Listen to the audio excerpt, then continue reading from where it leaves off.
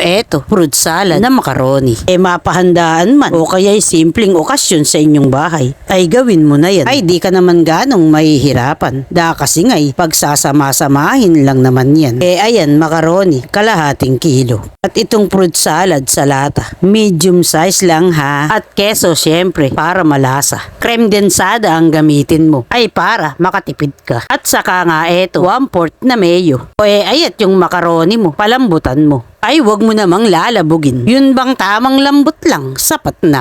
Ayan, i-drain mo na. Pagkatapos sa tubig, iyong banlawan para yung lagkit niya'y medyo mabawasan. Ayat, pag ganyan na, yun ngang tubig niya'y medyo patutuluin mo muna. Eto na yung ating macaroni. Napakuluan na natin siya at di natin siya nilabog. Yung tamang kagat lang. Ayat, ilagay mo na sa malinis na lalagyan ba. At pagsasabahin lang naman natin ang lahat ng ating sangkap. Itong ating fruit salad, ang ating creme densada, at itong ating mayonnaise. At syempre, dapat may keso. Dagdag sarap din siya.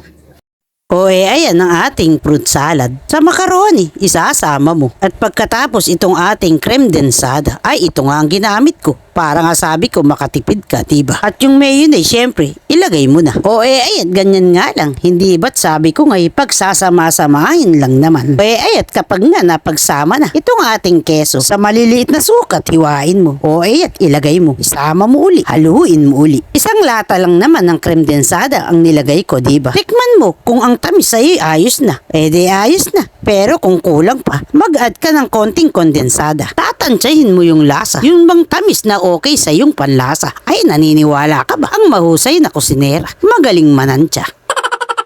Ayat, ganyan lang diba? May masarap na macaroning fruit salad ka na. Ipahinga mo muna sa rep. Mas masarap yan kapag malamig.